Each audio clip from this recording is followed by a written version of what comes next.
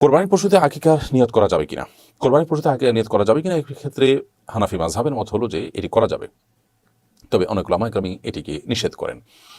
এবং কোরবানি এবং আকিকার মধ্যে মূলত কোনো পার্থক্য আছে কিনা সেটার উপর নির্ভর করে এই মতপার্থক্য তৈরি হয়েছে। মতপার্থক্যের ঊর্ধ্বে উঠতে চাইলে আমরা আকিকার সময় এবং কোরবানির সময় করলে সেটাই হবে সর্বোত্তম এবং সবচেয়ে নিরাপদ করে এই মতপার্থক্য তৈরি হয়েছে। মতপার্থক্যের ঊর্ধ্বে উঠতে চাইলে আমরা আকিকার সময় এবং কোরবানির সময় করলে সেটাই হবে সর্বোত্তম এবং সবচেয়ে নিরাপদ। বিশেষ করে আকিকার একটা সুন্নাহ সময় আছে, নবী করিম সাল্লাল্লাহু আলাইহি ওয়াসাল্লামের বাতানো সুন্নাহ অনুপাতে আপনার ৭ম দিনে আকিকা করা সুন্নাহ, ১৪তম দিনে আকিকা করা সুন্নাহ। যদি সেটাও না পারেন তাহলে ২১তম দিনে করা যেতে পারে, অর্থাৎ ৭ম দিনে হলো মূলত সুন্নাহ, সেটা মিস হলে ১৪ এবং ২১তম দিনের কথাও আছে। সেগুলো যদি মিস হয় পরবর্তীতে আকিকা করলে আকিকা হয়ে যাবে, সেটা ভিন্ন বিষয়। কিন্তু আকিকার যে একটা মাসনুন সময় আছে সেটি বাদ দিয়ে কোরবানির জন্য অপেক্ষা করা, সেটা যে অবশ্যই উত্তম নয়, সেটা যে অবশ্যই ভালো নয়, সেটা নিয়ে কারো কোনো দ্বিমত থাকার কথা না।